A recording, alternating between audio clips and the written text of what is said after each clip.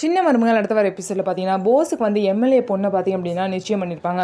அந்த பொண்ணு பார்த்திங்க அப்படின்னா போஸ்க்கு கால் பண்ணி, போஸ் நீங்கள் ஃப்ரீயாக நம்ம மீட் பண்ணலாமா அப்படின்னு சொல்லிட்டு கேட்குறாங்க.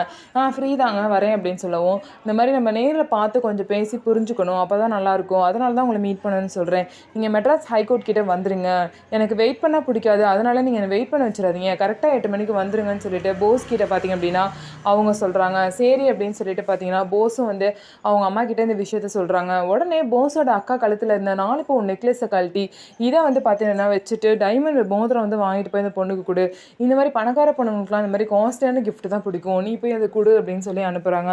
அதுக்கப்புறம் போகும்போது நல்லா சென்டெல்லாம் அடிச்சுட்டு போ, இந்த மாதிரி சென்ட்லாம் தான் பணக்கார பொண்ணுங்களுக்கு பிடிக்கும் அப்படின்னு சொல்லிட்டு அந்த பணக்கார மோகத்திலே ஃபேமிலியே இருக்காங்க. அதே மாதிரி போஸும் சரி அப்படின்னு சொல்லிட்டு கிளம்பி போகிறாங்க. ஸோ போஸோட மீட்டிங் வந்து எப்படி இருக்க போகுது, போஸும் அந்த பொண்ணு வந்து சந்திச்சுக்க போகிறாங்க. ஸோ போஸை பற்றி அந்த பொண்ணு கொஞ்சம் கொஞ்சமாக போஸ்கிட்ட என்னென்ன கெட்ட புத்திலாம் இருக்குது அப்படிங்கிறத தெரிஞ்சுக்கிட்டு கண்டிப்பாக போஸை விட்டு விலக தான் போகிறாங்க.